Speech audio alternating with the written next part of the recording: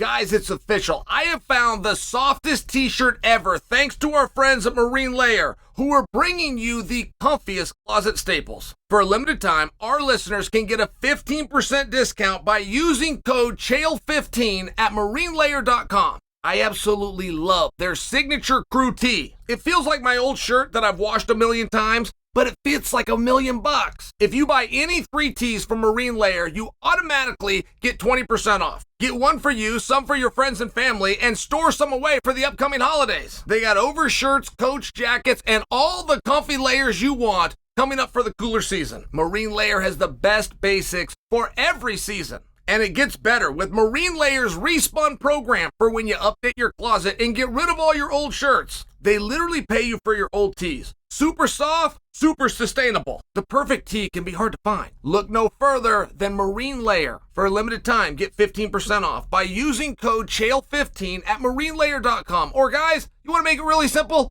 Just click on the link below. Main event.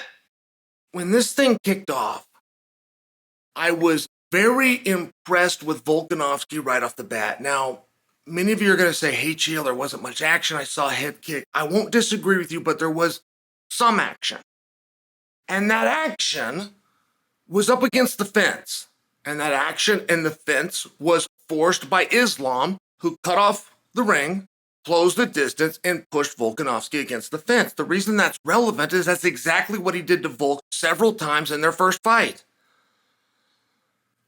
Makhachev was able, in the first fight, to look bigger than Volk, more powerful than Volk.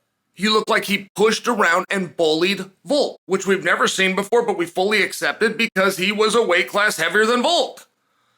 Well, he did the same thing tonight, but he only did it for a second. Volk changed elevation, reversed position, got the underhook, stepped his foot in what we call the danger zone, got head position under Islam, and held Islam against the fence. It was a massive moment because it showed a learning and an adjustment by Volkanovski. It was a very big deal. If you're a Volk fan and you witness that, you start feeling real good in that moment.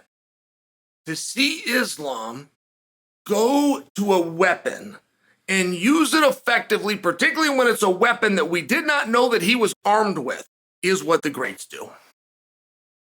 The real greats, you will never fully know how good they are.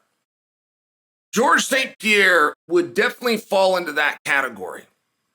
And some people even offer George a criticism because so many of his fights went the distance. Well, you could criticize that if you wanted to, but you couldn't use that to question his dominance. There's a big difference. And for George, when the career was over, we did find out that he went as hard as he needed to beat the opponents. He did not go as hard as he was capable of going. So we were left with a question. Okay, that's the greatest fighter we've ever seen, but just how good is he? Like, let me give you another example. George St. Pierre becomes the #1 contender by taking everybody down.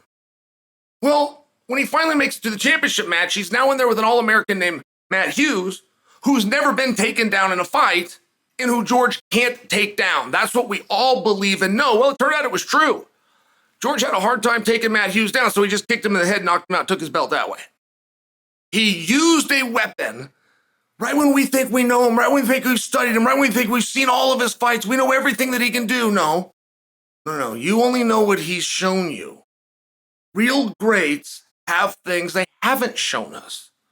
They have a repertoire that they can turn to, an arsenal of tools that they've kept sharp that they haven't revealed because they haven't needed to. They go to their best offense first. If that doesn't work, they go to their second best offense. If that doesn't work, they go to their third best offense. If that doesn't work, they come back to their first best offense. They don't have a 4, a 5, a 6, and a 7.